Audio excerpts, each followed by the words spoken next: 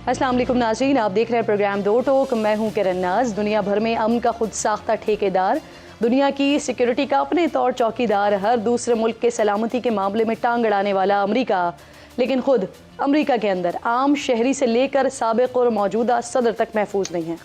कल ही साबिक अमरीकी सदर डोनाल्ड ट्रंप पेंसिल्वेनिया में इंतखाबी रैली में कातिलाना हमले में बाल बाल बचे हैं। 8 से 10 गोलियां चली, एक गोली डोनाल्ड ट्रंप के कान को छूती हुई गुजर गई। इंतखाबी रैली में लगने वाले सियासी नारे अचानक खौफ के शोर में बदल गए। भगदड़ मची, लोग अपनी अपनी जान बचाने के लिए इधर उधर भागने लगे। लेकिन फिर चंद लम्हों के बाद ही डोनाल्ड ट्रंप खड़े हुए, फजा में मुक्का लहराया और फाइट फाइट फाइट का नारा लगाया। अमरीकी सीक्रेट सर्विस के एहलकारों ने हमलावर को मौके पर ही हलाक कर दिया, लेकिन इस अफसोसनाक वाक़े में एक शहरी जान से गया, 2 शहरी ज़ख्मी हुए। वाक़े के बाद डोनाल्ड ट्रंप ने सोशल मीडिया पर बयान में कहा कि ये नाकाबिले यकीन है कि हमारे मुल्क में ऐसी हरकत हो सकती है। अमरीकी सदर जो बाइडन समेत दुनिया भर के रहनुमाओं ने इस वाक़े की मजम्मत की है। अमरीका में बढ़ती हुई शिद्दत पसंदी और जराइम की सूरत हाल तशवीशनाक है। अमरीकी मीडिया ने इस वाक़े की जो तस्वीर जारी की हैं उसमें देखा जा सकता है कि हमलावर हैरान कुन तौर पर स्टेज के बहुत करीब पहुंच गया था। सिर्फ 150 मीटर के फासले से साबिक सदर पर फायरिंग की गई है। 20 साला मुसल्लह शख्स जलसागाह के करीब एक फैक्ट्री की छत पर छुपा हुआ था, जहां उसकी पड़ी हुई लाश की तस्वीर भी सामने आ गई है। ट्रंप पर हमला करने वाले शख्स के पास AR-15 राइफल थी, जो फौजी राइफल M16 असॉल्ट राइफल के सिविलियन वर्जन है। अब तक ये मालूम नहीं हो सका है कि हमले की वजह क्या थी, लेकिन अमरीकी सीक्रेट फोर्स पर इस हवाले से शदीद तनकीद हो रही है कि किस तरह हमलावर इतना करीब पहुंचने में कामयाब हुआ है। साथ ही अमरीका में गन कल्चर की आज़ादी पर फिर सवालात उठ रहे हैं। वॉशिंगटन पोस्ट और ब्लूमबर्ग की रिपोर्ट्स बताती हैं कि अमरीका में असलहे की तादाद वहाँ की आबादी से ज़्यादा हो चुकी है। साथ ही अमरीका में नफरत पर मबनी जराइम में भी ड्रामाई इजाफा हुआ है। FBI की रिपोर्ट बताती है कि अमरीका में 2022 में हेट क्राइम के 11,643 वाक़यात हुए हैं, जिनकी तादाद 2021 में 10,840 थी। इससे एक साल पहले 2020 में हेट क्राइम के 8,200 से ज़ायद वाक़यात रिपोर्ट हुए थे। ये आदादो शुमार नाजरीन खुद बताते हैं कि किस तरह अमरीका में गन कल्चर की आज़ादी हेट क्राइम की जलती खौफनाक आग में तेल का काम कर रही है। इन वाक़यात में अब क्या बड़े क्या बच्चे, जिसके हाथ में गन और दिमाग ख़राब हो, वो लेकर शॉपिंग मॉल्स तक कहीं भी किसी को भी आसानी से कत्ल कर रहा है। यहाँ अफसोसनाक बात यह है कि डोनाल्ड ट्रंप, जो आज खुद इसी तरह के एक वाक़े का निशाना बने हैं, वो गन कल्चर की आज़ादी के बड़े हामी हैं। और कुछ दिनों पहले तक भी वो कह रहे थे कि अगर वो दोबारा सदर मुंतखब हुए तो आते ही असलहे की ख़रीदारी पर पाबंदियां ख़त्म कर देंगे। अब सवाल ये है कि क्या ट्रंप इस वाक़े से कोई सबक सीखेंगे? उनके रिवायती अंदाज को देखते हुए वैसे ही मुश्किल लगता है। अमरीका में इससे पहले भी सदूर या सदारती उम्मीदवारों पर हमले होते रहे हैं। 1981 में सदर रोनाल्ड रेगन पर वाशिंगटन में हमला हुआ, जिसमें वो शदीद ज़ख्मी हुए। 1972 में डेमोक्रेटिक सदारती उम्मीदवार जॉर्ज वेल्स को इंतखाबी मुहिम के दौरान 4 गोलियां लगीं, वो ज़िंदगी भरी के लिए माजूर हो गए थे। 1975 में सदर गेरल्ड फोर्ड पर 17 दिनों में 2 कातिलाना हमले हुए, वो महफूज रहे। 1963 में सदर जॉन एफ कैनेडी को टेक्सास में गोली मारकर कत्ल कर दिया गया। इस वाक़े के 5 साल बाद 1968 में डेमोक्रेटिक पार्टी के सदारती उम्मीदवार रॉबर्ट कैनेडी और सदर जॉन एफ कैनेडी के भाई को भी गोली मारकर कत्ल कर दिया गया था। 1901 में सदर विलियम कातिलाना हमले में जान से गए थे। 1912 में सदारती उम्मीदवार पर इंतखाबी रैली में हमला हुआ था। 1933 में सदर फ्रैंकलिन रोजवेल्ट कातिलाना हमले में महफूज रहे और 1865 में अमेरिका के 16वें सदर इब्राहिम लिंकन कातिलाना हमले में जान से गए। और आज 150 साल बाद भी अमेरिका में सदर लेवल तक का आदमी भी महफूज नहीं है। डोनाल्ड ट्रंप पर सोशल मीडिया पर खबरें और ट्रेंड्स बन गए हैं। पाकिस्तान में इस वाक़े को साबिक़ वज़ीर आज़म और बानी तहरीक इंसाफ पर हुए हमले से जोड़ा जाने लगा है। मशरिक़ और मगरिब के दोनों सियासी रहनुमाओं की हमले के बाद मुक्का लहराने की तस्वीर शेयर करते हुए सेम एनर्जी तो कोई 2 कंट्रीज़ बट सेम स्टोरी की पोस्ट कर रहा है। जिस तरह नाक़दीन ट्रंप और बानी तहरीक इंसाफ का मवाजना करते हैं ठीक इसी तरह पीटीआई और ट्रंप की इंतज़ामिया की हिकमत अमली भी हैरान कुन तौर पर इसमें मुमासिलत नज़र आती है। जिस तरह बानिया तहरीक इंसाफ पर हमले के बाद और जेल में उनके कैदी नंबर पर तहरीक इंसाफ की तस्वीर पर मबनी कपड़े, कैप्स और दीगर अशिया फ़रोख्त होते हैं, बिल्कुल इसी तरह ट्रंप की आज मुक्का लहराने वाली तस्वीर वाली जो टी शर्ट्स हैं वो अमेरिका में हर तरफ लहराती हुई नज़र आ रही है। प्रोग्राम का आगाज़ करते हैं। मोअज़्ज़ज़ मेहमान आज मेरे साथ फवाद चौधरी साहब वफाकी वज़ीर रहे हैं, वफाकी वज़ीर इत्तलात रहे हैं, आज स्टूडियो में साथ मौजूद हैं। सबसे पहले तो फवाद साहब बहुत शुक्रिया, अस्सलाम वालेकुम। अपनी तबीयत के बारे में बताएं, कैसे हैं आप? Thank you. फवाद साहब, सबसे पहले हम बात करेंगे ज़रा ये जो सुप्रीम कोर्ट की तरफ से फ़ैसला आया मखसूस नशिस्तों के हवाले से, अब ये सारा मामला ये हो गया है कि बयान हल्फी जमा करवाना है, उसके लिए 15 दिन है और ये 81 के करीब अफराद हैं जिनका ये बयान हल्फी वाला मामला हो रहा है।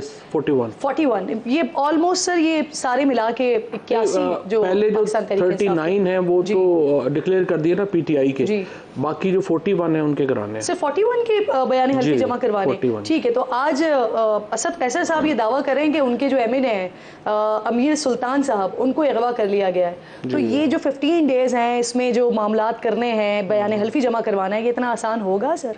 मेरा ख्याल है ये अभी जो मेरी बात हो रही थी किसी से, वो कह रहे हैं कि सुबह करवा देंगे सारे जमा, but I am bit confused वैसे कि ये जो दबाव डाल रहे हैं और जो सारी इत्तलात आ रही हैं, मतलब आप देखिए ना 40 लोगों में से आप 20-22 तो नहीं लोग तोड़ सकते। चलिए अगर आप 2-4 लेट से आपने बड़ी उनको उठा लिया, कोशिश भी कर ली, तो 2-4 तोड़ने का फ़ायदा क्या होगा?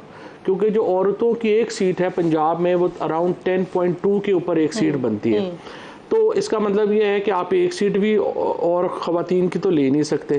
तो ये आई एम बिट कंफ्यूज्ड कि जिसने भी ये ऑर्डर किया है कि एमएनएज़ को उठा लो, ये तो छापे तो पड़े हैं ना, जैसे मुजफ्फरगढ़ के एमएनए हैं छप्पर फचर साहब, उनके ऊपर पड़ा है, फिर अपना अमीर सुल्तान जो है उनको उठाया गया है, लेकिन इसका फ़ायदा क्या होगा?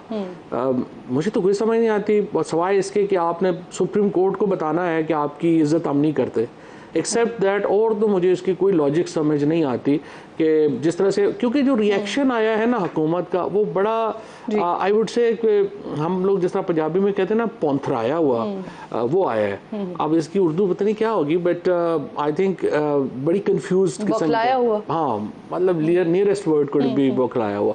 तो उसके ऊपर आप देखें कल जो यहाँ पे जिस तरह से 20-25 लोगों ने जाके टायर जलाए, जिस तरह में नल्ला साहब के खिलाफ, मंसूर अली शाह साहब के खिलाफ नारे लगाए गए वगैरह वगैरह, और उसके बाद आज की ये जो स्कीम है, आई डोंट थिंक सो इसका सवाए इसके कि सुप्रीम कोर्ट को ज़रा बताया जाए कि जी एग्जैक्टिव बड़ी तगड़ी है, और इसके अलावा कोई मकसद समझ नहीं आता। और फिर ये स्टेटमेंट्स आना कि अब मज़ाहमत का वक्त शुरू हो गया है, और फिर साथ साथ असद कैसर साहब ही कह रहे हैं केपीके के वज़ीर आला को कि अब रेफरेंस लेकर आए, तो क्या रेफरेंस आ सकता है और मज़ाहमत अब क्या हो सकती है? देखिए किरण, एक तो नंबर गेम है ना, ultimately politics is all about numbers. तो अब आप देखिए कि 22 सीटें मिलने के बाद इस वक्त जो नंबर है वो 114-115 हो गया है। JUI की मेरा ख्याल है 3 सीटें हैं या 2 सीटें हैं नेशनल असम्बली में, तो अराउंड मिला के कोई 120 लोग हो जाते हैं, और असम्बली में आपको नंबर चाहिए 167। अब जो मोस्ट क्रूशल है वो ये था कि पहले कह रहे थे कि फ्राइडे को मीटिंग होनी है चीफ जस्टिस नई जो लाहौर हाई कोर्ट की आलिया नीलम की इनसे इलेक्शन कमिश्नर साहब, इसके इलेक्शन कमीशन के लोगों से, अब कह रहे हैं कि कल होनी है।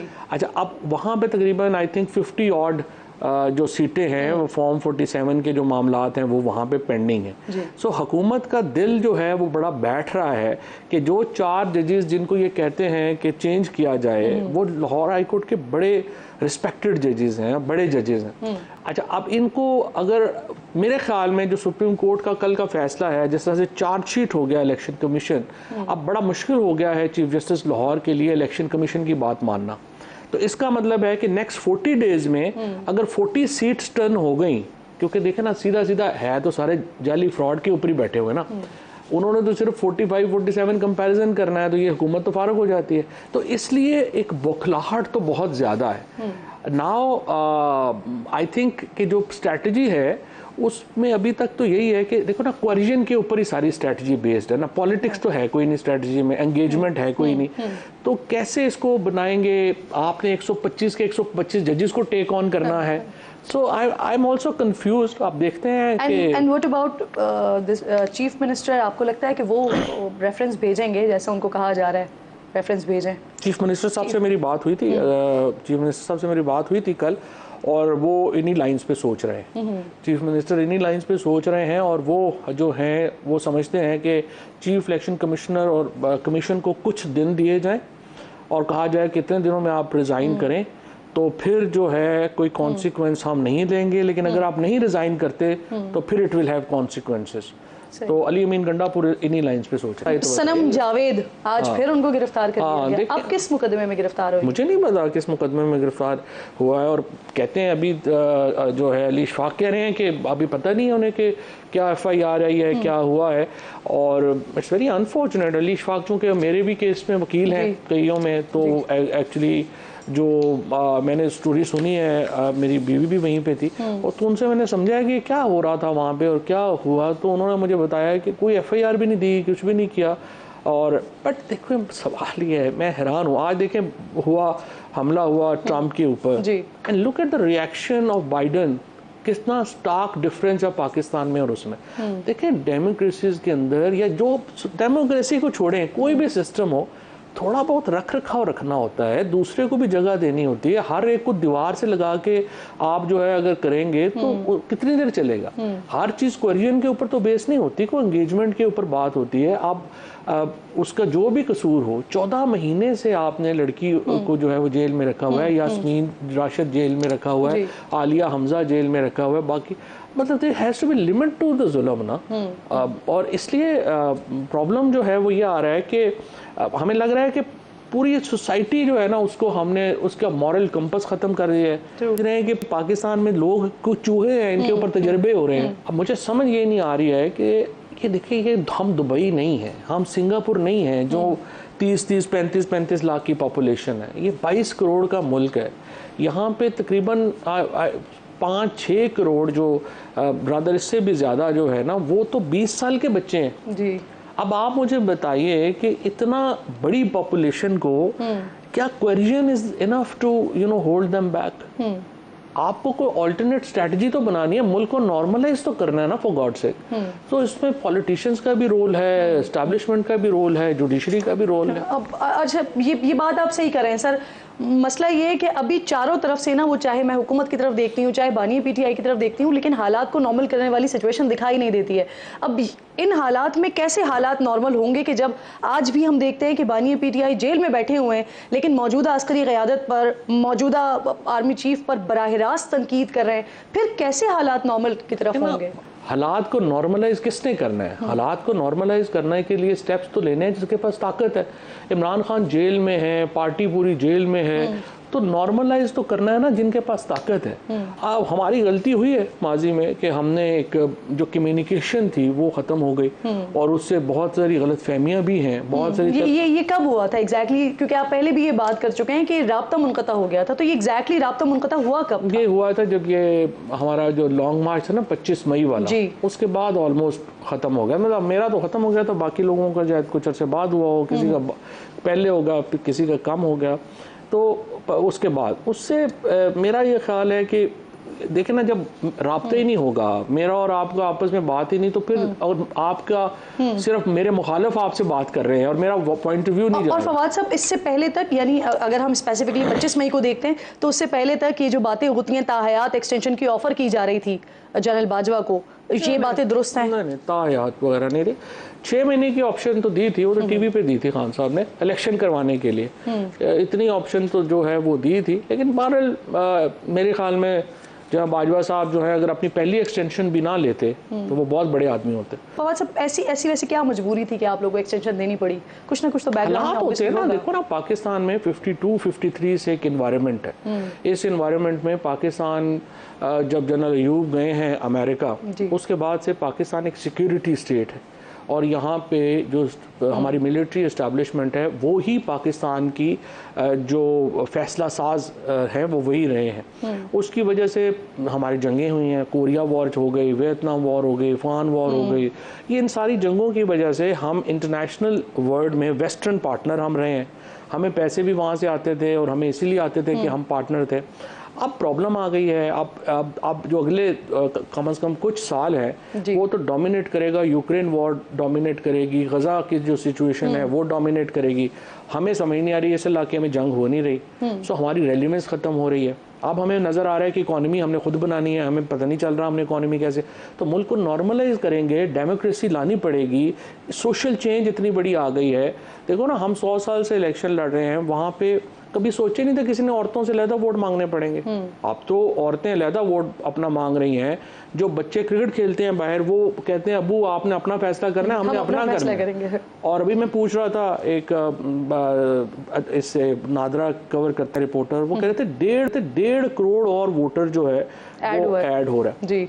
इसका मतलब है 1.5 करोड़ 18 साल का और बच्चा आ रहा है। तो देखो इतना बड़ा किरण डिस्कनेक्ट है between 18 years old, 20 years old population and 60-70 years old population। अब शहबाज शरीफ, नवाज शरीफ का क्या प्रॉब्लम है? इनका प्रॉब्लम, इनकी आप देखें पूरी जो एवरेज एज है ना PMLN की, वो 78 साल है। कोई बंदा आपको नजर ही नहीं आता 75-76 साल से पहले। वो जनाब ख्वाजा आसफ साहब जो है वो 74 साल में निकर पहन के नहर में छलांग लगा रहे हैं, उनको लग रहा है मैं यंग हो गया हूँ, but they are totally disconnected. और उनकी पॉलिटिक्स 25-30 साल पुरानी है पाकिस्तान से, सो वो उसको कनेक्ट नहीं कर पा रहे। ठीक, पीपल्स पार्टी की भी पॉलिटिक्स, बिलावल जो है वो सिर्फ सिंबल है, पॉलिटिक्स तो जरदारी साहब की है। जरदारी साहब का एवरेज जो अभी है भी समझते हैं वैसे बिलावल की पॉलिटिक्स नहीं है, पीछे जरदारी साहब की पॉलिटिक्स चल रही है, ये दोनों की अलग अलग चल रही है। देखिए बात यह है, अगर बिलावल साहब की पॉलिटिक्स होती तो अभी देखो ना क्या इस इलेक्शन में हुआ। इस इलेक्शन में 2 पार्टीज की पोजीशन चेंज हुई है। PTI नंबर 1 से नंबर 2 पे चली गई, और पीपल्स पार्टी इतनी अक्लमंद थी कि सिर्फ 1 सदारत और 2 गवर्नरी लेके उन्होंने जो अपनी नंबर 2 पोजीशन थी असेंबली में वो नंबर 3 करवा ली, और 18 सीटों के ऊपर शहबाज शरीफ साहब जो राउट हो गई PMLN, उसको ताकत का टीका लगा के नंबर 1 करा दिया। अगर कोई थोड़ी बहुत भी पॉलिटिक्स कर रहे होते बिलावल साहब, तो देखो वो PTI को बनने देते, हुकूमत लेने देते। उन्होंने तो कहा था, ऑफ तो की थी। नहीं, वो तो 47 फॉर्म हो गया ना जी। वो तो जब पोजीशन चेंज होगी फिर पीपल्स पार्टी PTI ने कैसे बनानी थी। मैं कह रहा हूँ आप नेचुरल रहने देते, जिस तरह रिजल्ट आया था वैसे रहने देते, तो क्या सिचुएशन होती? PTI की सीटें होती 1। फवाद साहब वैसे आप भी जानते हैं ये फैसले बिलावल और नवाज शरीफ या शहबाज शरीफ तो नहीं लेकिन इनकी मर्जी तो शामिल थी, मतलब आपका ख्याल है जरदारी साहब की मर्जी के बगैर ही सब कुछ कर? इमरान खान साहब की मर्जी शामिल थी किस में? 18 में कोई धांधली नहीं हुई। देखिए ये ऐसे ही एक फॉल्स पैरेलल बनाने की बात है। PTI आप उठा के देख लें, 2018 की सबसे पॉपुलर पार्टी थी। मैं लाइनें लगी हुई थी मेरे पास लोगों की जो कहते थे किसी तरीके से हमें टिकट लेके दो और हमें शामिल करवाओ। ये तो ऐसे कहानियां हैं कि जनाब बड़ी धांधली हो गई थी। कोई मेरा ये ख्याल है कि कम से कम 23 सीटें PTI जो है वो 4000 वोटों से कम पे हारी है। अगर धांधली होती तो हम अपनी 23 सीटें जीत लेते, हमें कोलिशन की जरूरत नहीं पड़नी थी। फवाद साहब थोड़ी सी बात जरा ये नैब के मामला की भी करते हैं। नैब रेफरेंस के मामले पर इमरान खान साहब ने साबिक चेयरमैन नैब आफ्ताब सुल्तान का जिक्र किया कि उन पर तहरीके इंसाफ के खिलाफ कार्रवाई के लिए दबाव डाला जा रहा है, इसलिए वो मुस्ताफ़ी हुए। आफ्ताब सुल्तान ने भी फिर इस दबाव का तस्करा किया। आपके पास है इस तरह की कोई इत्तलात, वाकई उनके ऊपर कोई दबाव था? ये तो जाहिर है बिल्कुल ही मजाक है ना, नैब तो जो चला रहा है। मैं आपको अपना ये बताऊँ, मेरे पहले तो उन्होंने मुझे अरेस्ट किया, उनको पता ही नहीं था एलिगेशन क्या है। पहले उन्होंने मेरा कहा कि जी आपने सड़क, एक मेरे इलाके में सड़क है जो बड़ी इंपॉर्टेंट है, उसके बाद नून लीग ने बेड़े गर्क कर दिया। उन्होंने कहा कि वो सिंगल सड़क बनती थी, आपने डबल कैरेज बनवा दी। मैंने कहा जी बिल्कुल, मैं तो पॉलिटिशियन, मैं तो MNA हूँ वहाँ से, मैं तो कहता हूँ मोटर भी बने मेरे हल्के में। लेकिन उन्होंने कहा आपने CNW पर दबाव डाला। मैंने कहा CNW ने तो बनाई ही नहीं, वो तो बनाई है एक्ने के अप्रूव्ड प्रोजेक्ट है। उन्होंने देखा, उन्होंने कहा अच्छा ये एक्ने के अप्रूव्ड प्रोजेक्ट है। फिर उन्होंने एक बंदे को, बेचारा मेरा जो बंदा था वो ठेकेदारी करता था, उसको 7 दिन कुट के उससे 50 लाख कहा कि जी मैंने 50 लाख रुपया दिया था बयान सड़क के लिए। जब वो वहाँ पे आया तो उससे उन्होंने पूछा जी अच्छा जी सड़क बनाई? उसने कहा जी मैं तो सड़क का ठेकेदार ही नहीं हूँ, मैं तो इरीगेशन का ठेकेदार हूँ ना। पूरा जो है वो रिमांड काट चुका था जी। इस तरह के तो देखें आपने केसेस जो हैं वो बनाए हैं। अभी जो इमरान खान के ऊपर जो सबसे बड़ा प्रॉब्लमेटिक है ना, जैसे अलकादर है, एक तो मुझे समझ नहीं आती कि ये हमारे शहबाज शरीफ साहब और जरदारी साहब और ये लोग क्या कर रहे हैं। कभी कैबिनेट डिसीजंस के ऊपर भी फौजदारी मुकदमा हो सकता है। आप देखें, मैं कहता हूँ वो कैबिनेट का फैसला 100% गलत है, नहीं होना चाहिए था, बट आप क्या उसके ऊपर फौजदारी मुकदमा बना देंगे? आज की कैबिनेट रोजाना बैठ के जो है वो 50 फैसले कर रही है, कल क्या हम सारे फैसले फौजदारी इसको क्रिमिनल केस बनाएंगे कि इनको आप देखें कि क्या अच्छा कर रहे हैं? फवाद साहब, मसला ये कि कैबिनेट का फैसला सर ये कैसे था कि बंद लिफाफे में जो भी कुछ था वो खान साहब ने देखने ही नहीं दिया कि उसमें है क्या? आपका भी ऑन रिकॉर्ड बयान मौजूद है कि पता ही नहीं था हमें क्या है उसके अंदर। देखें, बात ये नहीं, मैं तो कह रहा हूँ कि गलत, लेट्स अज्यूम गलत है, आप फौजदारी केस नहीं बना सकते, कलेक्टिव रिस्पॉन्सिबिलिटी की पूरी डॉक्ट्रिन खत्म हो जाती है। अभी आप देखिए ना, प्रेसिडेंट ट्रंप का जब केस गया सुप्रीम कोर्ट में, रिटायर्ड प्राइम प्रेसिडेंट हट चुके हैं, उसके ऊपर जो है कोई वो नहीं अप्लाई करता था। Supreme court of United state ने कहा कि देखें, अगर हम अपने प्रेसिडेंट्स को तहफ़्फ़ुज़ नहीं देंगे, कोई बंदा यहाँ पे फैसले नहीं करेगा। आज की कैबिनेट जिस तरह के क्रिमिनल, मिसाल के तौर के ऊपर IPPs हैं, IPPs को आपने फैसला दे दिया, आपने इतने अरबों 2500 अरब रुपये, अभी 1500 अरब रुपये आपने इस साल देना है, अरबों रुपये। अब आप मुझे बताएं कि जो कैबिनेट ये डिसाइड किया जिसने कि IPPs के ऊपर ये एग्रीमेंट्स अप्रूव किए, क्या आप उस सारी कैबिनेट को 14-14 साल हम जेल में डाल दें? चाइनीज कंपनीज है उनको जेलों में डाल दें? जी नहीं, मुल्क नहीं ना चल सकता।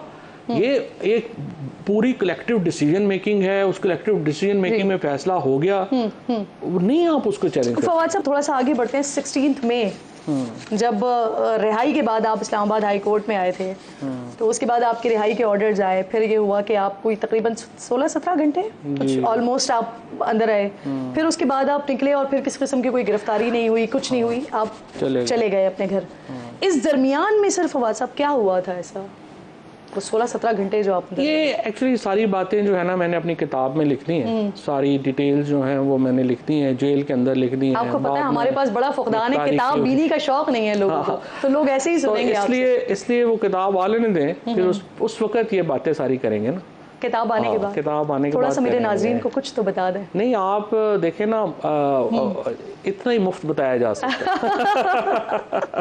है। चले, आपकी किताब की प्रमोशन भी साथ साथ हो रही है। सर, आपके एक इंटरव्यू में, वैसे मैंने आपके मुश्तरका दोस्त से भी ये बात की थी, आपने कहा था कि आपके मुश्तरका दोस्त की वजह से आपको ये रिलीफ मिला था, तो ये कौन से दोस्त है? नहीं, मुझे तो फैसल ने, मैंने पहले भी बताया कि फैसल ने हेल्प मी आउट। यस। और आप दोनों की किसी अहम शख्सियत से मुलाकात भी हुई थी? नहीं, होती रहती थी, जाहिर है, Faisal is a dear friend और उन्होंने बड़ी मदद की। बिल्कुल।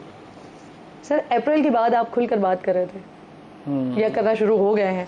तो अभी तो जेल से बाहर है ना, 6-7 महीने तो फिर जेल में रहे। तो अब भी कोई दबाव है आप पर? अभी देखिए ना, के लिए देखें, बात यह है कि एक पाकिस्तान के अंदर एक सिचुएशन है, उस सिचुएशन में ठीक है आप खामोश रह जाएं और बात नहीं करें, एक ऑप्शन ये भी है जी। लेकिन दूसरा प्रॉब्लम यह है कि अगर आप बात नहीं करें और अगर आप इमरान खान ये जंग हार जाते हैं और लोग खामोश रहते हैं, तो फिर देखिए पाकिस्तान के अंदर सियासत की जो स्पेस है वो मुकम्मल ख़त्म हो जाएगी।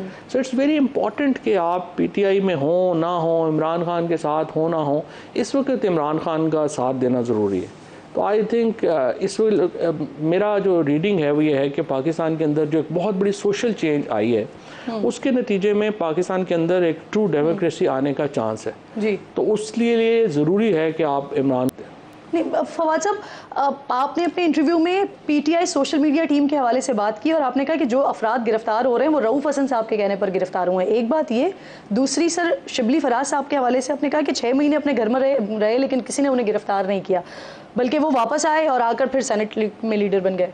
तो सर क्या वो कोई डील करके आए थे? और जो रऊफ़ हसन साहब के ऊपर आप इल्ज़ामात लगा रहे हैं, नहीं देखें, वो उसके कोई सबूत हैं आपके पास? नहीं, मैंने ये बात एक कॉन्टेक्स्ट में की थी। मैंने ये कहा था कि देखें, बाज़ लोगों को पॉलिटिक्स की इजाज़त दी गई है, हमें नहीं दी गई।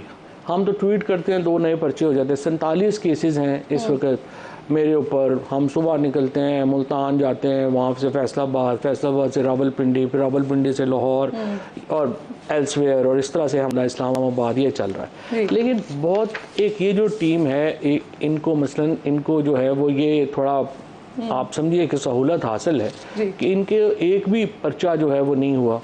इनको जो है वो सारे बयानों की भी इजाज़त है, बात की भी इजाज़त है। सो एक तो बात यह है, सच्ची बात यह है कि जो इस्लामाबाद में और पंजाब में हुआ है वो KP उस तरह से उससे नहीं गुजरा। सर, रऊफ़ हसन साहब को और शिबली फराज साहब को किसकी इजाज़त है कि पॉलिटिक्स करें?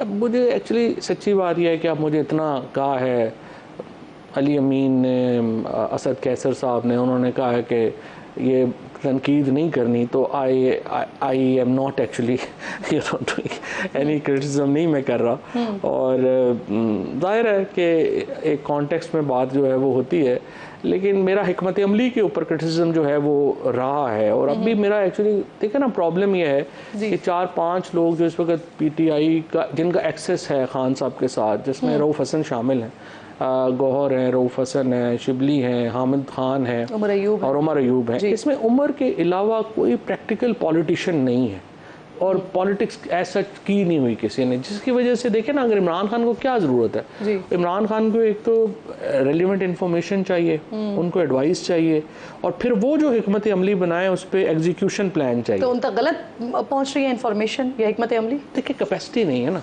आपको हिकमत अमली तो खान साहब ने बनानी है, बट इंफॉर्मेशन पे बनाएंगे ना।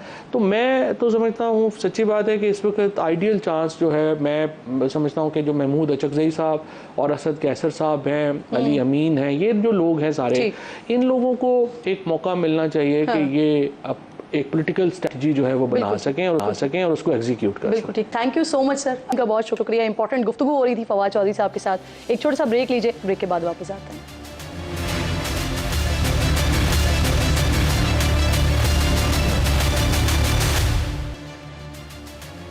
प्रोग्राम में एक बार फिर आपको खुशामदीद कहती हूँ। अली मोहम्मद खान साहब पाकिस्तान तहरीक इंसाफ के सीनियर रहनुमा है, प्रोग्राम में ज्वाइन कर चुके हैं, बहुत शुक्रिया। अस्सलाम वालेकुम अली भाई। सबसे पहले सर सुप्रीम कोर्ट के फैसले के हवाले से बात करते हैं, जिसमें आप लोगों को 15 दिन का वक्त दिया गया है बयान हल्फी जमा करवाने का। तो ये फरमाइएगा कि अब तक कितने बयान हल्फी जमा हो चुके हैं, कितने हैं जो पार्टी के पास आ चुके हैं, और आपका अपना स्टेटस क्या है? बहुत शुक्रिया। बिस्मिल्लाहिर्रहमानिर्रहीम। अल्लाहुम्मा सल्लि व सल्लिम व बारिक अला सय्यिदिना मोहम्मद व आले मोहम्मद। मेरा स्टेटस तो ये है कि सुप्रीम कोर्ट के फैसले में मेरा नाम भी उन एमएनएज में डाला गया जिनको आज़ाद डिक्लेयर किया गया। हालांकि मुझे समझ नहीं आई कि आज़ाद क्यों डिक्लेयर किया गया, क्योंकि डॉक्यूमेंट्स जमा करते वक्त तहरीक इंसाफ पीटीआई का नाम लिखा था और टिकट भी मैंने सबमिट करवाया था पार्टी की तरफ से जो मुझे दिया गया था, लेकिन वो शायद एक्सेप्ट नहीं कर रहे थे उस वक्त, क्योंकि वो कह रहे थे कि बैलेट पेपर पे बल्ला नहीं है, लेकिन डॉक्यूमेंट्स में तो पीटीआई लिखा था। लेकिन बहरहाल उन्होंने आज़ाद डिक्लेयर किया, इस वजह से एफिडेविट्स हम सब लिख रहे हैं। मैंने तो कल ही अपना लिख के जमा करा दिया है और इलेक्शन कमीशन में रात को हमारा स्टाफ जो है तहरीक इंसाफ के सेंट्रल ऑफिस के जो जिम्मेदारान हैं वो जमा कर चुके हैं। जहां तक पूरे नंबर्स का आपने पूछा है, मेजॉरिटी हम जमा कर चुके हैं। एग्जैक्ट नंबर इस वक्त मेरे पास नहीं है, लेकिन 90% के करीब हम पूरा मिला के दोनों सूबे पंजाब, खैबर पख्तूनख्वा और मरकज, कुछ लोगों के अभी रहते हैं जो कल हम इंशाल्लाह वो भी ले लेंगे। कुछ लोगों को मैं अप्रिशिएट करना चाहता हूँ, हमारे जो है कुछ मेंबरान के साथ बहुत ज्यादती हो रही है, लेकिन उसके बावजूद वो खड़े रहे हैं। और साहबजादा आमिर सुल्तान साहब, रात को उनको उठाया गया है, वेयर अबाउट्स का कोई पता नहीं है, लेकिन इस तरीके से हमारे लोगों के ना ये हौसले पस्त कर सकते हैं ना होंगे, बल्कि इस चीज को अब हम सुप्रीम कोर्ट के नोटिस में लाएंगे कि आपके फैसले के बाद हमारे लोगों के साथ ये हो रहा है। ये बेसिकली तौहीन अदालत के ज़मरे में आता है और मैंने पार्टी लीडरशिप को ये भी अली भाई जो आप बात कर रहे हैं साहबजादा सुल्तान साहब के हवाले से, असद कैसर साहब ये कह रहे हैं ना कि आपके एमएनएज और एमपीएस को अगवा किया जा रहा है, तो सर क्या कुछ और लोग भी गायब हैं? और जो लोग गायब हैं सर उनके हवाले से क्या कर रहे हैं? किसी किस्म की कोई दरखास्त वगैरह आप लोगों ने जमा करवाई है उनकी बाजियाबी के लिए? जी मैं वही अर्ज कर रहा था कि अमीर सुल्तान साहब के लिए कल लाहौर हाई कोर्ट में हेबियस कॉर्पस इंशाल्लाह जमा हो जाएगा बाजियाबी के लिए जो प्रॉपर तरीक़ाकार है, और साथ में सुप्रीम कोर्ट में भी जो है ये एक पिटिशन हम करने लगे हैं, दरख्वास्त देने लगे हैं कि ये तौहीन अदालत के ज़मरे में आता है कि सुप्रीम कोर्ट का फैसला आया, 41 मेंबरान को उन्होंने एक इजाज़त दी कि आप अपनी आज़ाद राय के साथ जिस जमात में जाना चाहते हैं आप जाइए। अब अगर वो तहरीक इंसाफ के एमएनएज हैं और हमारे साथ जाना चाहते हैं तो उनको उठाना, अगवा करना, ये तो एक नया तमाशा लगा दिया गया है। दूसरा, इसमें मैंने पार्टी लीडरशिप को तजवीज़ दी है, उम्मीद है उस पर गौर किया जाएगा कि उसमें कल हम दोनों सूबाई असम्बलियाँ, मरकज़ अपना पख्तूनख्वा और पंजाब, और मरकज़ में कौमी असम्बली ऑफ सेनेट, चारों बड़े ऐवानों में रिक्वेजिशन जमा की जाए इस इंतहाई अहम इशू पे कि हमारे मेंबरान को ज़दकोब या प्रेशराइज करना या उठाना या अगवा करना कि उनकी वफादारियां चेंज की जाएं। इस तरीके से अगर कोई थोड़ा बहुत पर्दा रह गया है तो वो भी अपने चेहरे से नकाब जो है वो नोच रहे हैं। ऐसा ना करें, मुल्क को चलने दें। सुप्रीम कोर्ट ने आगे का एक रास्ता दिया है, मेरे ख्याल में इसमें हम सबकी इज्जत है, हमारी भी, हुकूमत की भी। सर हुकूमत के मखसूस साथ नशिस्तों जो से लोग हैं मुतालिक जो सबकी इसमें जो इज्जत जो है। फैसला आया, जी अली साहब, मखसूस नशिस्तों के हवाले से जो फैसला आया, अब हुकूमत उस पर कह रही है कि ये हम पार्लियामेंट में लेकर जाएंगे। क्या हासिल करना चाहती है हुकूमत इससे? पार्लियामेंट में लेके आए, इंशाल्लाह इनको लग पता जाएगा पार्लियामेंट में ये किस लिए लेके आएंगे। इनसे तो ये सवाल पूछा जाना चाहिए कि सुप्रीम कोर्ट ने जो काम ठीक किया है, ये उन तमाम लोगों को आईना दिखाया है। मैं बड़े नरम अल्फाज यूज कर रहा हूँ कि जिनका काम था इस मुल्क को आइन के मुताबिक आगे लेके जाना। अगर इलेक्शन कमीशन इस मामले को बखैर खूबी हल कर लेता और एक बड़ी जमात से उसका इंतखाबी निशान उज़्र बना के ना छीन लिया जाता और ये खवातीन मेंबरान जो हैं इनका हक उनको दे दिया जाता वक्त पे, तो एक तो सुप्रीम कोर्ट इन चीजों में एंगेज ना होती। दूसरी चीज ये है कि जो आपने जुल्म किया है, ये तो अभी चीजें और सामने आएंगी। आपने जो ये जुल्म किया है कि चारों बुनियादी इकाइयों में से खैबर पख्तूनख्वा को आपने इस बुनियाद पे इलेक्शन कमीशन के इस गलत फैसले की वजह से जो रिजर्व सीट्स नहीं दी गई और वो सेनेट में हिस्सा नहीं ले सके, आपने एक फेडरेटिंग यूनिट को सेनेट ऑफ पाकिस्तान, जो फेडरेशन ऑफ पाकिस्तान है का सबसे बड़ा हाउस है, उससे दूर रखा। तो आपने बुनियादी तौर पे जब खैबर पख्तूनख्वा के एमपी साहबान उस तरह से वोट नहीं डाल सके, रिजर्व सीट्स जब नहीं आ सकी, तो आपने सदर का जो इंतखाब है, जरदारी साहब जो मुंतखब हुए हैं, उसको भी आपने क्वेश्चनेबल बनाया है कि इस सारे अमल से आपने पूरे पाकिस्तान के डेमोक्रेटिक प्रोसेस पे जो है सवालात उठाए हैं। तो ये कौन इसका जिम्मेदार है? कौन इसका जिम्मेदार है? क्या सारे मामला सुप्रीम कोर्ट में होने हैं? क्या जजेस का ये काम रह गया है कि सारा मसाइल हम आज की आप देख लेना, सनम जावेद साहिबा के साथ जो हुआ है, कोई शर्म है किसी में? आज तो मुस्लिम लीग नून से भी लोग बोले हैं, मेरे ख्याल में ख्वाजा साहब रफीक साहब भी बोले हैं, बहुत से लोग बोले हैं, क्यों आप एक खातून, उससे क्या खतरा है? एक खातून से रियासत को क्या खतरा है? हुकूमत को क्या खतरा है? इतना डर के आप एक खातून से डरते हैं? आज भी अली मोहम्मद खान साहब, आज भी ये बात की जा रही है, असद कैसर साहब ये कह रहे हैं कि अब मज़ाहमत का वक्त आ गया है। तो सर आप समझते हैं कि ये अक्लमंदाना फैसला होगा या इस सारी सिचुएशन में मज़ाहमत जो है वो मज़ाहमत की सियासत के मुताहमिल हो सकते हैं पीटीआई? पुरअमन एहतजाज तो आइन में हक है, वो कोई ये तो नहीं कह रहे कि बंदूक उठाएंगे और पत्नी, ऐसी कोई बात तो असद साहब ने नहीं की। वो तो खुद साबिक स्पीकर रहे, आईने ओहदे पे रहे, वो कैसे कोई गलत बात तो नहीं कर सकते। उन्होंने अगर मुजाहिमत की बात की है तो मेरे ख्याल में उनका इशारा पुरअमन एहतजाज की तरफ है, जो होना भी चाहिए।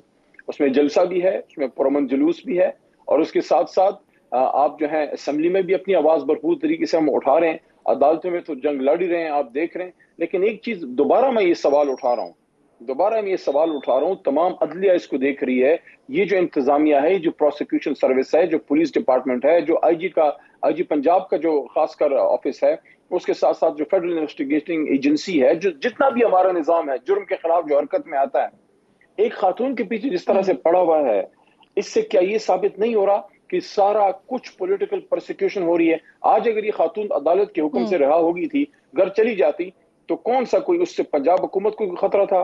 मरीम नवाज साहिबा की हुकूमत को खतरा था? उनको तो वैसे ही आपने बैठा दिया ना, इलेक्शन हारने के बावजूद आपने उनको वजीर आला बना दिया, आपने हुकूमत उनके हाथ में दे दी है। तो क्या चाहते हैं? तो ये जो चीजें हैं, वो जो लोग बात करते हैं कि मुल्क बेहतरी की तरफ जाए, मामला बेहतर हो, पाकिस्तान अब आगे जाना चाहिए। 9 मई का जो आपने ये इतना बड़ा ढोंग रचाया था, मैं ढोंग का लफ्ज यूज कर रहा हूँ कि 1 साल हो गया है और इसका कोई रिजल्ट नहीं निकला। हम खुद कह रहे हैं कि जुडिशियल कमीशन बनाए, इंक्वायरी करें कौन चीजों में इन्वॉल्व था।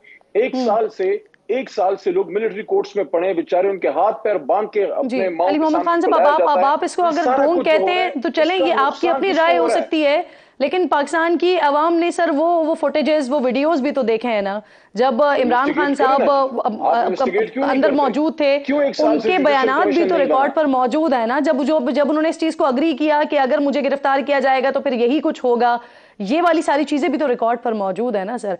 अब सर असद कैसर साहब अपने बयान में कह रहे हैं कि वजीर आला, जी आप मुझे बताइए कौन इन्वेस्टिगेशन से भाग रहा है? क्या अमर माने हैं अगर आपका दामन साफ है? मैं हुकूमत से पूछ रहा हूँ, हुकूमत के तमाम ज़ैली इदारों से पूछ रहा हूँ कि अगर आपका दामन साफ है, कौन सा अमर माने है कि 1 साल से आपने जुडिशियल कमीशन जो है इस चीज पे नहीं बनाया 1 साल से लोग जो है बेचारे तबाह बर्बाद हैं उनके घरों। आपने कभी सोचा है ये जिन लोगों को आपने उठाया है उनके जो बच्चे हैं क्या वो पाकिस्तानी नहीं है? उनके घरों में नाम नफका कैसे चल रहा है? ये तो जिसके घर में तकलीफ आती है उसको पता है ना, हम लोगों पर गुजरी है, हमें इसका पता है। इसलिए मैं ये कह रहा हूं, मैं दोबारा ये कह रहा हूं, 9 मई गुजर गया, उससे बड़े बड़े सानहे गुजरे, खतर का सानहा गुजरा, आर्मी पब्लिक स्कूल का वाकया हुआ है। सर अगर किसी ने आग लगाई है तो क्या करना चाहिए उसके खिलाफ? इन चीजों सर अगर किसी ने तोड़फोड़ की है तो उसके खिलाफ क्या करना चाहिए? ये जो आप उसको छोड़ देना चाहिए, उसे नहीं उठाना चाहिए? अली भाई जवाब दें उस पर। तो मैंने आपको बता दिया ना कि हम तो कह रहे हैं कि इन्वेस्टिगेट करें। ये मुझे कोई बताए पूरे पाकिस्तान में हुकूमती हलकों में से इनके जो हैंडलर्स हैं वो सारे, कोई एक शख्स आके ये बताए कि एक इज्जतदार शख्स, एक सिटिंग एमएनए साहबजादा अमीर सुल्तान को कल रात क्यों उठाया गया, क्यों अगवा किया गया? क्या इसकी रिस्पॉन्सिबल पंजाब हुकूमत नहीं है? क्या इसके रिस्पॉन्सिबल जो है शहबाज शरीफ साहब नहीं है, मरकजी हुकूमत? लेकिन उससे पहले जो मैंने सवाल किया, क्योंकि आप डिबेट को दूसरी तरफ ले गए थे अली भाई, आप डिबेट को दूसरी तरफ ले गए थे, इसीलिए मैं आपसे पूछ रही थी कि क्या जिन लोगों ने आग लगाई या जिन लोगों ने तोड़फोड़ की क्या उनको नहीं उठाना चाहिए? कानून के मुताबिक दें, देखिए कानून के मुताबिक दें, मिलिट्री कोर्ट्स में नहीं, ठीक, सिविल कोर्ट्स में इनको मौका दें, अपने आप को अपनी बेगुनाही वो साबित करें। सर आखिर में मुझे ये बता दें, देखिए हम अली भाई मुझे आखिर में ये बता दीजिए, मैं तो जो बात चीफ इलेक्शन कमिश्नर के हवाले से रेफरेंस भेजने की असद कैसर साहब बात कर रहे हैं। सर अगर ये पार्टी की डिमांड है तो क्या वजीर आला साहब इस पर कोई और राय रखते हैं? किस चीज के हवाले से?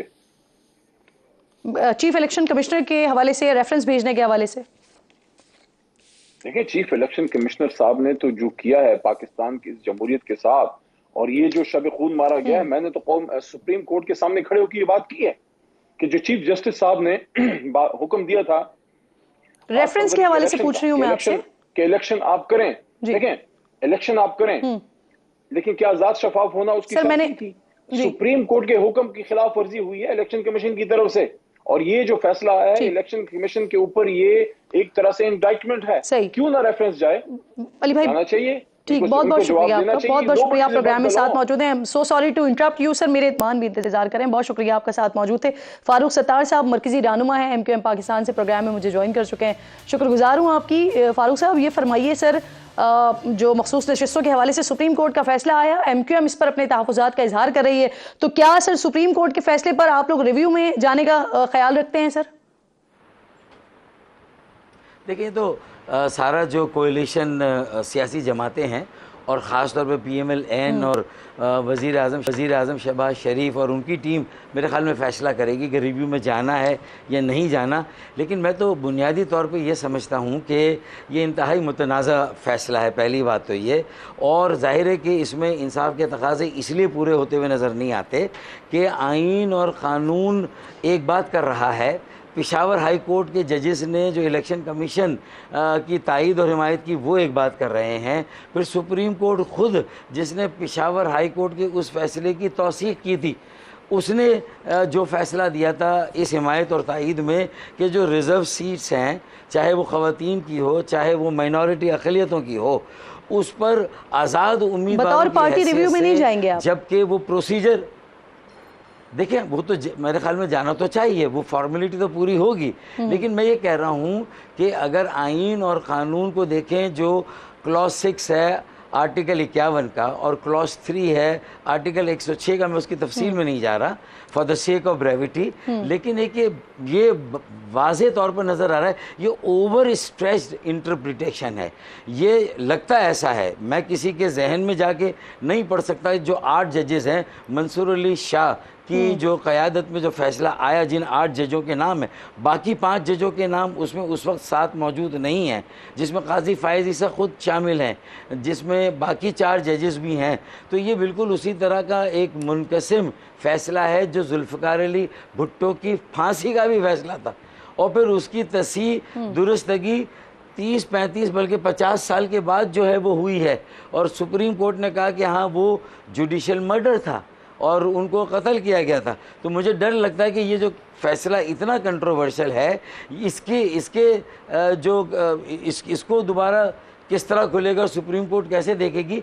मैं तो ये देख रहा हूँ कि सियासी पोलराइजेशन में भी इजाफा हो रहा है, सियासी तकसीम में भी इजाफा हो रहा है, और मुल्क में जो हम कोशिशें कर रहे थे एक नेशनल कंसेंसस की, अपोजिशन जमात को किसी तरह अपने साथ एक ग्रैंड डायलॉग की तरफ लाकर, और हम मईशत जो माशी बहरान है, तिजारती खसारा है, जो हमारे सालाना बजट का खसारा है, फिर गर्दिशी खसारे हैं, तवानाई का बहरान, महंगाई, बेरोज़गारी, बिजली, गैस, ये सारी सत्तार चीज़ों साहब, के लिए अब इस तरह की एक बात हो रही है ना, ग्रैंड हुकूमत की तरफ से कहा जा रहा है कि इस मामले को पार्लियामेंट में लेकर आएंगे। तो सर इससे एक तो सवाल ये कि इससे हासिल क्या करना चाह रही है हुकूमत, दूसरा ये कि क्योंकि आप कोलिशन में हैं तो आपको एतमाद मिल गया गया है किसी मुश्तरका हिकमत अमली के हवाले से? नहीं, देखिए वो तो नहीं, एतमाद में ले ना ले, इस मामले में तो नेचुरल सीक्वल ही है ना कि बात आगे वहीं जाएगी। लेकिन मेरा इस वक्त जो है वो सवाल सिर्फ ये है कि सारी सूरत हाल के बाद मैं एक खौफनाक किस्म की सियासी महादाराई देख रहा हूँ। मैं एक खौफनाक, मुझे डर है, मुझे लगता है कि रियासती इदारे भी, उनकी महादाराई भी मुझे नज़र आ रही है, और उसके नतीजे में जो आवाम की कुछ थोड़ी बहुत उम्मीदें थीं कि शायद एक नेशनल डायलॉग की बात हो रही है और एक ऑल पार्टीज़ कॉन्फ्रेंस की बात हो रही है, और उसमें पीटीआई को भी ल्योर करने की कोशिश की जा रही है। उनकी तरफ से भी ये साफ जवाब नहीं आ रहा कि हम बैठेंगे नहीं, उनकी तरफ से भी आ रहा है कि भाई फॉर्म 45, बहुत सारी बातें उनकी तरफ से हो रही हैं। लेकिन मुझे ये यकीन था कि आगे जाकर हम एक नेशनल रिकन्सिलिएशन, एक नेशनल कंसेंसस और एक नेशनल एजेंडा की तरफ जाते और उसमें फ़ैसला करते। और मैं कह रहा हूँ, अदालत अगर ये भी कहती कि शायद अदालत ये कहे कि मॉरली हम ये देख रहे हैं कि एक मुनासिब सिंपैथी वेव पीटीआई के साथ है, और पीटीआई को इलेक्शन लड़ने से एज सच डिप्राइव नहीं किया गया, बल्ले का निशान लिया गया उनका, ठीक है ना। और वो ख्वाजा आसिफ ने सही कहा ना कि जो मांगा था, फारूक सत्तार साहब, अब जिस तरफ हालात जा रहे हैं सर, वो दिया गया जी। फारूक सत्तार साहब, जिस तरफ हालात जा रहे हैं सर, जमहूरियत का तसलसल ये बरकरार रहेगा? क्योंकि बहुत सारे लोग इस बात पर भी तशवीश का इजहार कर रहे हैं। देखिए, मैंने इन्वर्टेड कॉमा से बात की है, मैं इन्वर्टेड कॉमा से बाहर निकल के बात नहीं करता। इसीलिए मैंने कहा मुझे बहुत सारे खदशात और ख़तरात लहा के एक कॉन्स्टिट्यूशनल मशीनरी का कंप्लीट ब्रेकडाउन नज़र आ रहा है। एक जो सिविलियन डोमेन पार्लियामान का था, उसको कहा जाता कि कॉन्स्टिट्यूशन को हम रीराइट नहीं करते, कानून को हम रीराइट नहीं करते, लेकिन हम समझते हैं कि इसमें एक जनरल अवामी सेंटिमेंट्स का भी ताल्लुक़, एक सोशल मीडिया का भी एक इसमें स्टॉर्म है, एक तूफ़ान है। उसको सामने रखकर पार्लियामान को चाहिए कि वो रास्ते निकाले। साहब, जो महमूद खान अचकज़ई साहब हैं, हम कोई ऐसा फैसला नहीं देना चाहते, हम ऐसा फैसला नहीं देना चाहते। सुप्रीम कोर्ट को कहना चाहिए था जिसके इस तरह के सियासी असरात सियासी निज़ाम पर, जमहूरी निज़ाम पर मुरतब हो, जिससे कि सारा निज़ाम जो है वो बुनियादों से जो है वो हिल जाए। तो मैं समझता हूँ, मुझे तो ये नजर आ रहा है सर, मैं भी कानून साज हूं भाई, महमूद खान अचकज़ई साहब, मुनसिफ नहीं हूँ, जज नहीं हूँ, उनकी तरफ से कहा गया था फारूक सत्तार साहब, लेजिस्लेशन करते हैं कि जितने भी हुकूमती जमातों के इत्तेहादी हैं उनसे राब्ता किया जाए। तो किसी किस्म का राब्ता हुआ है आपसे अभी तक? देखिए, वो तो आज या कल हो जाएगा, सियासी तौर पे जो मुंह बनेगा वो तो बनेगा। जो पार्लियामान में भी इस मसले को यकीनन ये ज़ेर बहस आएगा। अब बात यह कि तमाम रियासती इदारों को भी किसी न किसी शक्ल में एक वसी तर मफाहिमत और इश्तराकी अमल इख्तियार करके ये तय करना है कि आइंदा इस मुल्क को चलाना कैसे है, इस मुल्क को आगे किस तरह ले जाना है। देखें, अगर आर्टिकल 140A पर गुलजार अहमद शेख का फ़ैसला है, लेकिन कुछ ज़्यादातर सूबों ने उस पर अमल दरामद नहीं किया, अपने बल्दियाती कानून के अंदर उसके मुताबिक वो किरदार कौन अदा करेगा? तो बल्दियाती सतह फारूक सत्तार साहब, वो किरदार कौन अदा करेगा सर? ये जो टकराव किसी सूरत हाल है ये खत्म हो, ब्रिज कौन बनेगा सर? वो भी देखें, वो भी तो देखें, इसीलिए मैं कह रहा हूँ कि कोई अक्ल कुल नहीं, सब इंसान है, इंसानों पर मुश्तमिल ये इदारे हैं, माशरा है, और कोई ये नहीं कह सकता कि मेरे असाब पर, मेरी सोच पर, मेरे अतराफ़ का असर नहीं होता। ये हो रहा है अतराफ़ का असर, लेकिन इतना न्यूट्रल, इतना इंडिपेंडेंट होना, वो ये कहता, वो फैसला ये होता है कि पार्लियामान, हम ये समझते हैं कि पार्लियामान को इस पर स्टेप लेना चाहिए। मॉरली अगर ये सीटें जिनके 91 नंबर है, पीटीआई से जो लोग बैक्ड हैं, पीटीआई के नहीं है, पीटीआई ने इलेक्शन नहीं लड़ा, बल्ले ने इलेक्शन नहीं लड़ा, लेकिन अगर पीटीआई बैक्ड उम्मीदवार हैं और वो कह रहे हैं कि हम पीटीआई बैक्ड हैं, तो उनकी तादाद के मुताबिक उनको उनका हक एडल्ट फ्रेंचाइज की जो स्कीम मिलना चाहिए था, और पार्लियामान इसमें कोई रास्ता निकाले। ये पार्लियामान को इस क्राइसिस से पाकिस्तान को निकालना है, सियासी लोगों को निकालना और इंगेज करें अपोजिशन को इस मसले पर अव्वलन, और उसके बाद किसी और मसले पर। तो मैं समझता हूँ कि ये बेहतर रास्ता होता। इसमें सुप्रीम कोर्ट भी कंट्रोवर्सी से बच जाती। जी लास्ट में ये फरमाइएगा सर, आप लोग अपना आपका जो तंजीमी स्ट्रक्चर है वो तब्दील कर रहे थे ना आप लोग, तो वो उसके बाद जो चेयरमैन को इख्तियार हासिल हो गया है कि वो चाहें तो मरकज़ी कमेटी की सिफारिशात को तस्लीम करें, चाहे तो उसे मुस्तरद करके अपने फैसले जारी करें, तो क्या खालिद मकबूल सिद्दीकी साहब को बानी MQM वाले इख्तियार दिए गए हैं? क्योंकि एक वक्त में आप पर भी MQM के अंदर से इसी तरह के इल्ज़ामात लगते थे ना कि आप इख्तियारात मांग रहे हैं बेसिकली वो वाले। देखिए ये एक लंबी बहस है, लेकिन किस्सा मुख्तसर ये कि उस वक्त जो बानी MQM थे, बानी तो शायद वो रहें लेकिन उस वक्त कायद भी थे, क्योंकि बनाई तो खैर उन्होंने ही थी ना। लेकिन बात यह कि उनको भी कोई आइन में ऐसे इख्तियारात नहीं दिए गए थे। अब वो एहतराम में सर अभी दे दिए गए हैं खालिद मकबूल सिद्दीकी साहब को, फैसलों में किसी नहीं इख्तियार ऐसे कोई दिए ही नहीं गए ना। ये तो बात तय है कि एक मरकज़ी कमेटी है और उसने ये सारे पॉलिसी साजी उसने करनी है, फैसले अहम सारे उसने करने हैं, और इसी तरीके से आइन को रीराइट अब हमने भी करना है। खालिद मकबूल सिद्दीकी साहब मरकज़ी कमेटी के फैसलों के पाबंद होंगे सर? देखें खालिद मकबूल जो है वो खुद इस बात के पाबंद हैं, वो खुद कहते हैं रज़ाकाराना तौर पे कि मेरे आइन की भी कोई इंटरप्रिटेशन हो लेकिन मैं जवाबदेह हूँ, अकाउंटेबल हूँ। और रज़ाकाराना तौर पर सर वो हमारे अगर वो चाहें तो कमेटी के जो फैसले हैं उसे मुस्तरद कर सकते हैं। नहीं ऐसा नहीं है, लिखा हुआ ऐसा नहीं है, लेकिन ये कि कोई भी सरबरा एहतराम में इस रास्ते पर जा सकता है, या अल्लाह ना करे दूसरी तशरीह के डर खौफ में बाकी लोग खामोश हो जाए और कोई बानी जो एक सरबरा है वो इस रास्ते पे चला जाए। इसीलिए मैं इसकी वो नहीं कह रहा कि पहले क्या था नहीं था माहौल, लेकिन राब्ता कमेटी अगर फैसले नहीं कर सकती थी, नहीं करती थी, हाँ तो राब्ता कमेटी ने खुद हर फैसले पर एक बहुत बहुत शुक्रिया फारूक सत्तार साहब, वक्त मिल गया है मेरे पास। इंशाल्लाह नाज़रीन से जुमे को मुलाकात होगी। अपना और अपने मुल्क का खास ख्याल रखिए और फ़लस्तीन को अपनी दुआओं में याद रखिए। अल्लाह निगहबान।